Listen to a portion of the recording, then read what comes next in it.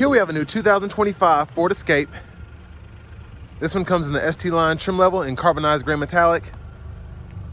And then we have the ebony and red cloth vinyl interior.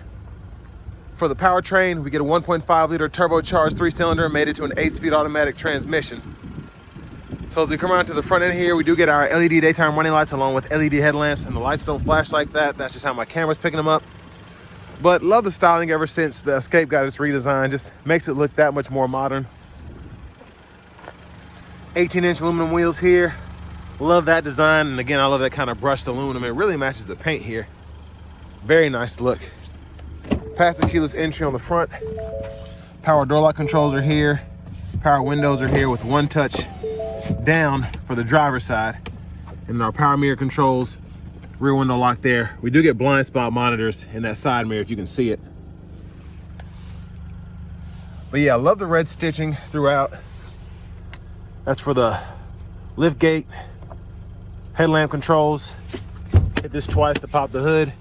And we get a manual tilt, telescoping steering wheel. And there's the power driver's seat with two-way power lumbar support.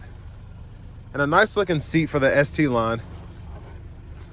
But a big thanks to Ford of Franklin for allowing me to review this Escape today. I'll leave a link below in the description. And if you're looking to find the best price on one of these closer to home, click on that second link down below. It takes just a minute to fill out your info.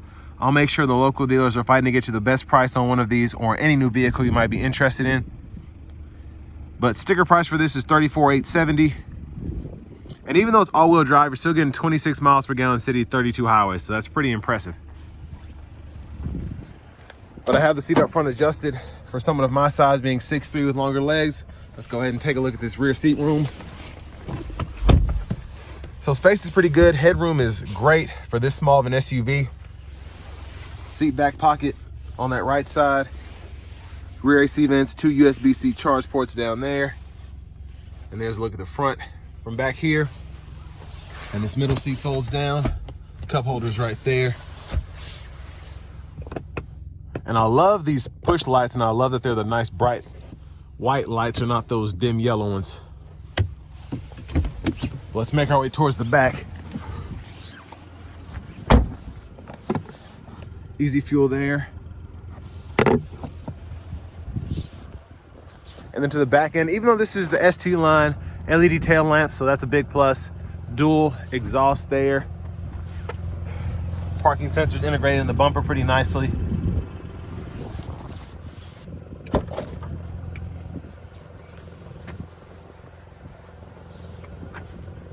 So there's the space behind the second row, pretty good. And you can lift this up, spare tires right there. And this one also has the inflator kit, so that's a nice setup there. I haven't seen that ever, where you get the inflator kit and the spare tire.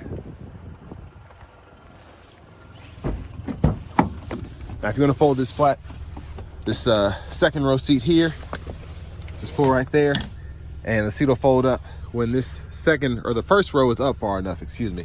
And then your top tether for the car seat on the back of the seat, and your anchors are integrated nicely right there. So they're easy to see, but also easy to get to, and they're not in the way of the actual seat itself. So I like how that was designed.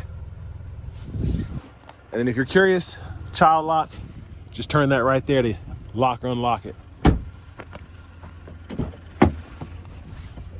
And there's our manual front passenger seat. We can adjust the seat back there or the seat bottom using this bar.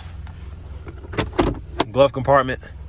I like the trim here that goes across. We'll get to that screen here in a minute. Then close that door all the way.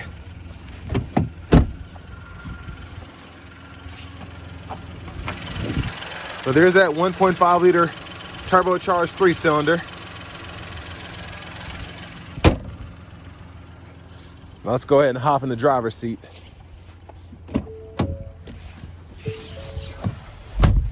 So very nice flat bottom leather wrap steering wheel, which also helps with the leg room as opposed to if it was curved all the way down there. Looks great. There's the horn there. Love the screen here. We do get our AM, FM, as well as XM radio. And then we also have Bluetooth audio wireless Apple CarPlay and Android Auto compatibility. You can see that in the app setting here, including YouTube if you want to pull that up. And then our features here, drive modes. You can go through those: eco, normal, sport, slippery. And then our driver assistance setup as well for the adaptive cruise, traction control, lane keeping system, etc. So everything is pretty much touchscreen except for a few shortcuts down below, but for the most part, I like how the system is set up. Vehicle settings are in here, and then your general settings, this is where you can go in here and adjust the language or units of measurement for temperature, miles per gallon, tire pressure, and all that. Now for your climate controls, this is where all that is. If you want to control the fan direction, you can adjust the temperature, here, cut the whole system off with the touch of a button. It's pretty easy to get used to once you kind of get the hang of it. And then 3-stage heated seats for the front there. That's where the hazards are. Backup cameras there. Guidelines follow you as you turn the steering wheel. You have that parking sensor view as well. And then down here, volume knob, and click there to mute. And then we can go to our driver assistance right there. Quick shortcut, auto stop toggle there, defroster, and then here is the shortcut for the drive modes. You can actually just hit the button, and once you hit it, go in here and adjust right there. USB-C and USB-A ports, 12 volt. And for the shifter, just grab the rotary dial, reverse, neutral drive. Put in that low mode if you want to. Electronic parking brake, automatic brake hold,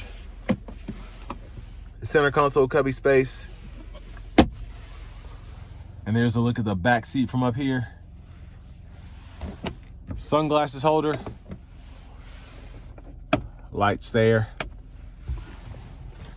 vanity mirror. No light on the vanity mirror, so oh well. Now back to the steering wheel. We do get adaptive cruise, so we can turn that on, adjust the speed for that, resume there, and then we have the lane keeping system as well as the gap adjust for the adaptive cruise there. Volume can be adjusted there, voice recognition, Bluetooth. We can go through our track list, radio station presets here, and then all of this is for the digital gauge cluster there in the middle, so we can hit this menu button and change what we want to see. So vehicle maintenance in here, tire pressure monitors, your oil life, all of that can be pulled up. Now for the tire pressure monitors, I have to drive around a little bit so it can read them, but they will appear there. And then blinkers, high beams, intermittent wipers are here. One time off, intermittent low, high. We can adjust that intermittent frequency here. And then for our rear wiper, hit that on the side there. And then push up or pull up for the front wiper fluid, push back for the rear wiper fluid. Push button start is here. Here's the key fob with remote start. And next, let's go ahead and take this 2025 Ford Escape ST line out on the road for a test drive.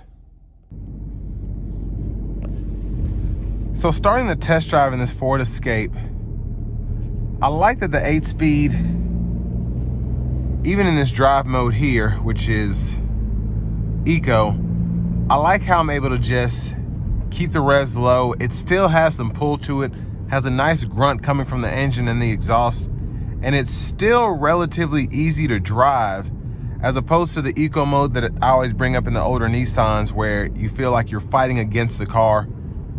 This feels normal. When you give it some throttle, it's going to go. It's not gonna be as good as normal or sport, but it's not gonna feel like the vehicle is literally fighting against you to get up to speed. But with the ST line, I love everything about the trim. Just the screen there, having your heated seats, the steering wheel, the interior in terms of the cloth vinyl seats.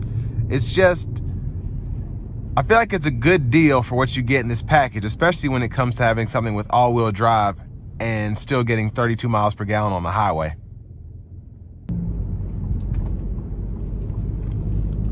Now I have the Escape in sport mode now. You do get a more, I feel, aggressive pull when putting your foot down, but if you drive it lightly, you can't really tell a huge difference, except that more instantaneous torque you get when you put your foot into it. But if you let off, it'll still go down in terms of the revs from the engine. So I like that. You see, I'm still getting 40 miles per gallon doing 34, even in the sport mode, because it doesn't necessarily rev super hot like some of the other sport modes in the bigger vehicles.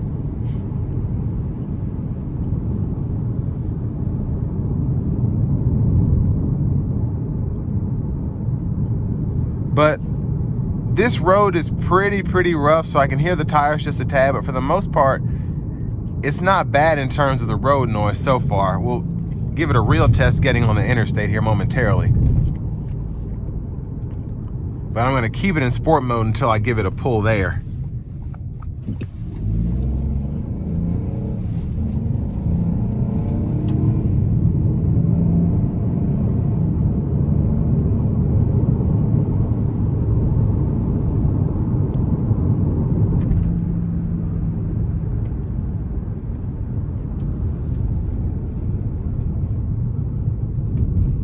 So, here we go.